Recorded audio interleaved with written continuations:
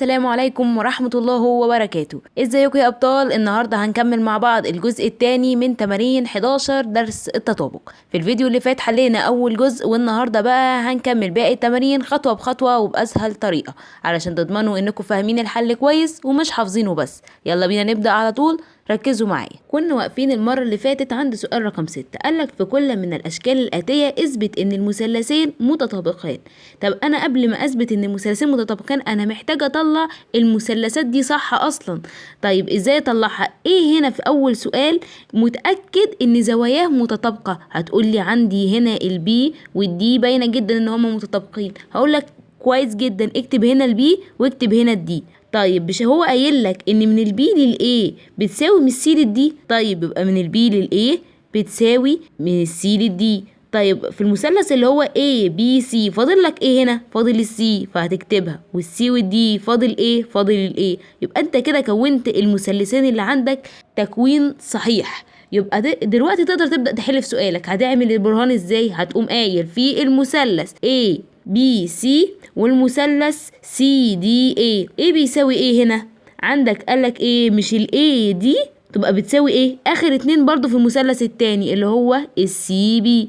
نفس الكلام هنا، مش بيقولك ال A B بتساوي ال C D؟ فين عندنا هنا ال A B اهيت تبقى بتساوي C D. وبعد كده هنقول ان الضلع عندنا اللي هو AC ضلع مشترك، فاذا كده ايه؟ المثلثان متطابقان. هو ده البرهان اللي انت المفروض تكتبه في الامتحان علشان تاخد الدرجة النهائية. طب تعالى نشوف السؤال التاني. طيب من اول حاجة كده بنشوفها ايه الزاويتين اللي انت متأكد ان هما متطابقين؟ عندك هنا الدي وعندك الاي. خلاص تكتب عندنا هنا مثلث وهتقوم كاتب الدي وكاتب هنا مثلث وهنا كاتب الاي. طيب ايه بقى اللي بيساوي بعض؟ عندك من الدي للاي بيساوي من الاي للبي. يبقى عندنا هنا من الدي للاي بتساوي ايه؟ من الاي للبي. حلو. هنا فاضل ايه في المثلث ده؟ فاضل السي. وهنا فاضل ايه؟ هنا فاضل الاف. بس هتقوم قايل له في المثلثين ده وده اللي هما قدامك دول عندك ايه؟ الاي بي بتساوي الدي اي، وعندك ال AC بتساوي ال DF، وعندك ان زاوية A بتساوي زاوية A بتساوي زاوية D، فإذا المثلثان متطابقان. وكده يكون السؤال خلص.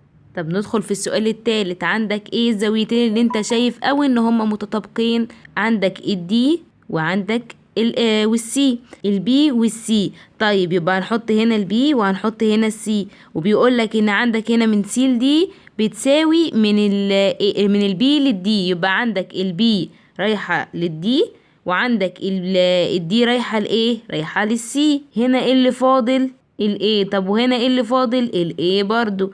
يبقى عندنا هنا المثلث ده والمثلث ده، يبقى نقول في المثلث ده والمثلث ده عندنا السي دي بتساوي البي دي، وعندنا الاي دي لازم يبقى فوقها شرطة كده ديت ايه؟ ضلع مشترك. وعندنا زاوية بي دي ايه طلعت بتساوي زاوية ايه؟ دي زاوية السي دي ايه، فإذا المثلثان متطابقان. ندخل في سؤال رقم 4. نفس فكرة أول 3 أسئلة بالظبط. احنا أول حاجة بنشوف المثلثين اللي عندنا ونطلع الحاجات من على الرسم. عندنا أول مثلثين هنا في سؤال رقم 4 مثلث ADC ومثلث ADB. هما الاتنين فيهم ايه؟ فيهم ضلع مشترك اللي هو الاي دي، فتكتب عندك اي دي لازم يكون فوقيها شرطة ضلع مشترك. وبعد كده هتقول له ايه؟ مش هو قايل لك اصلا في السؤال حاطط هنا شرطة وهنا شرطة عند الاي بي، فمعناها كده ايه؟ انها بتساوي الاي سي، وان الدي بي بتساوي البي سي. بس كده. طب ندخل في سؤال رقم 5. اول حاجة ان احنا عندنا ايه؟ في هنا زاوية هنا والزاوية هنا باينة اوي ان هما بيطابقوا بعض، فنكتب المثلث بتاعنا مثلث ABC والمثلث EDC. هما الاتنين فيهم ايه؟ هو قايل لي هنا زاوية E وزاوية A بيساووا بعض، فهتكتب له ان زاوية E بتساوي زاوية B. وبعد كده هتقول قياس زاوية برضو ايه؟ ECD بيساوي قياس زاوية ADB اللي هما الاتنين اللي هنا دول. طب مين الشاطر يقول لي ده اشمعنى؟ لانهم بالتقابل بالرأس. طبعا تكتبوا هنا ايه؟ بالتقابل بالرأس. وعندي الدي سي بتساوي البي سي. طب ندخل في سؤال رقم 6. اول حاجه بنكتب في مثلثين، نكتب المثلثين بتوعنا، المثلث BSO والمثلث ORB. ايه بقى قياس الزاويه اللي عندنا؟ بيقول لك قياس زاويه SBO يساوي قياس زاويه ROB. بيساوي ايه؟ بيساوي الدرجه، عندنا 90 درجه، وعندنا ان الOS بتساوي الRB، وكمان عندنا الOB اللي لازم يبقى فوقيها شرطه ضلع مشترك. ويا بقى لو كتبت ان الOS بتساوي الRO وكتبت جنبها كده ما بين قوسين ان هو ايه؟ وتر. ويا بقى برضو لو كتبت ضلع مشترك الOB دوت وكتبت تحتيه احد ضلعي القائمة. ندخل في سؤال 7. اول حاجة نطلع المثلثين اللي عندنا، مثلث CDB ومثلث ADB. طب ايه قياسات الزاوية اللي عندي؟ عندي هو C وعندي A، يبقى هنقول قياس زاوية A بتساوي قياس زاوية C بتساوي ايه؟ 90 درجة.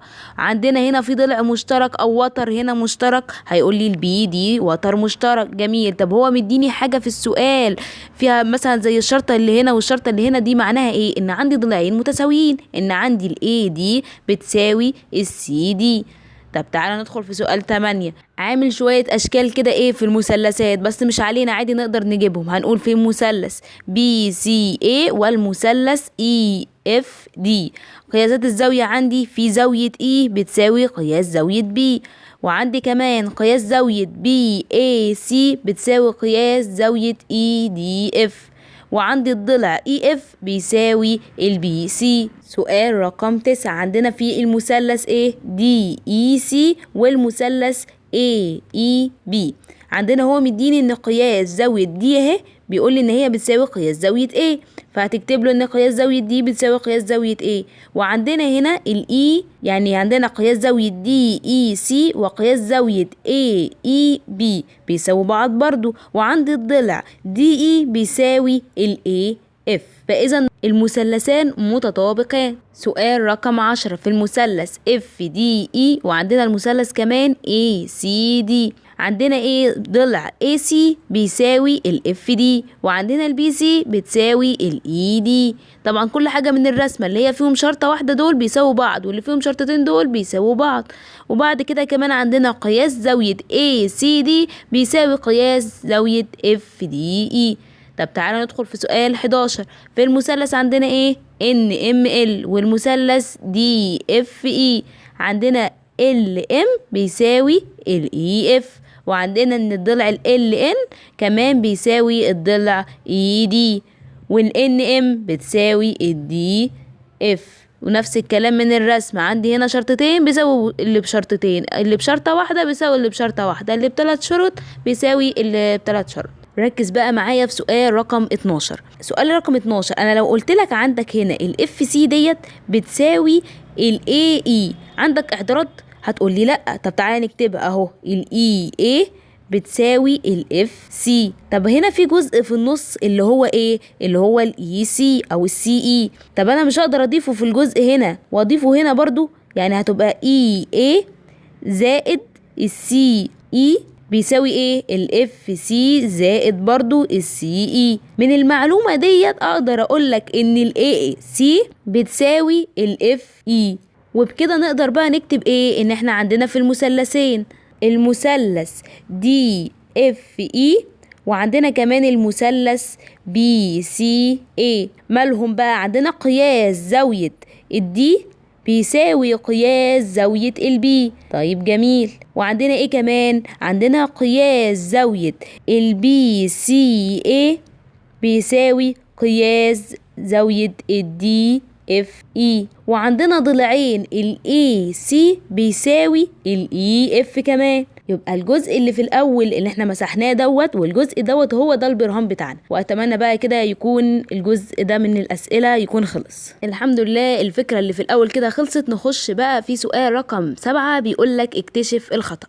تعالى احنا ايه نحل وبعدين نشوف الخطأ اللي هو عمله. اول حاجة انا هعمل ايه؟ اجيب المثلثين اللي عندي المثلث واي زد دبليو ومثلث واي زد اكس. طيب انا عندي هنا هو مديني ان الجزء ده بيساوي الجزء دوت، يعني انا عندي ايه؟ الاكس زد بتساوي الدبليو زد. طيب يعني عندي 5 ناقص 5 بتساوي 3 زائد 9. تعالى بقى نظبطها، يبقى 5 إكس ناقص 3 إكس بتساوي 9 زائد 5.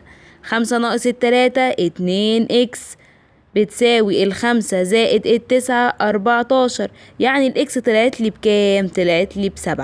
طب وهو مطلعها ب3، يبقى هو ايه حله فعلا غلط، والصح ان الاكس تطلع ب7. ندخل في سؤال رقم 8، بيقول لك اكتشف الخطأ. قام باسم بالإجابة عن السؤال التالي: هل المثلثان متطابقان؟ قال فعلا ان هو متطابقين، علشان قياس زاوية A بيطابق قياس زاوية اكس، وكمان ان زاوية سي بتطابق قياس زاوية واي، وقياس زاوية بي بتطابق قياس زاوية زد.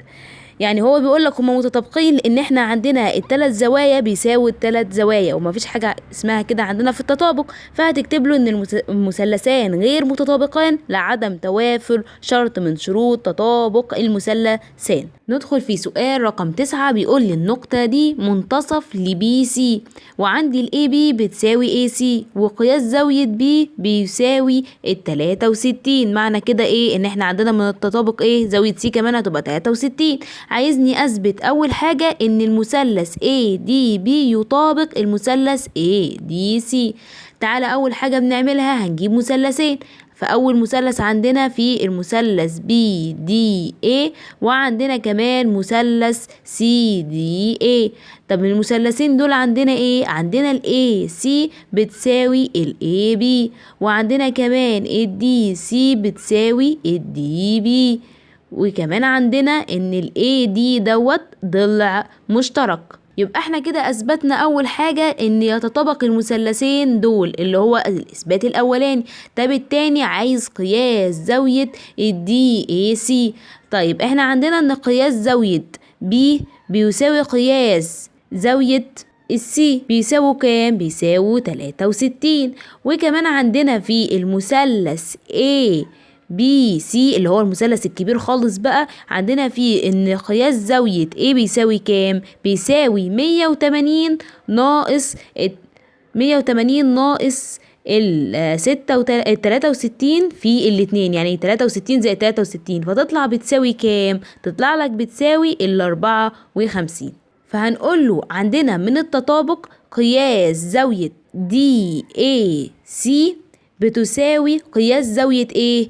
الدي اي بي. طيب وكده قياس زاوية الدي اي سي بتساوي ال 54 على 2، يعني هتطلع بتساوي ال 27. وكده السؤال بتاعك يكون خلص. سؤال رقم 10 بيقولك ان احنا عندنا E دي نقطة منتصف كل من A B و C و D.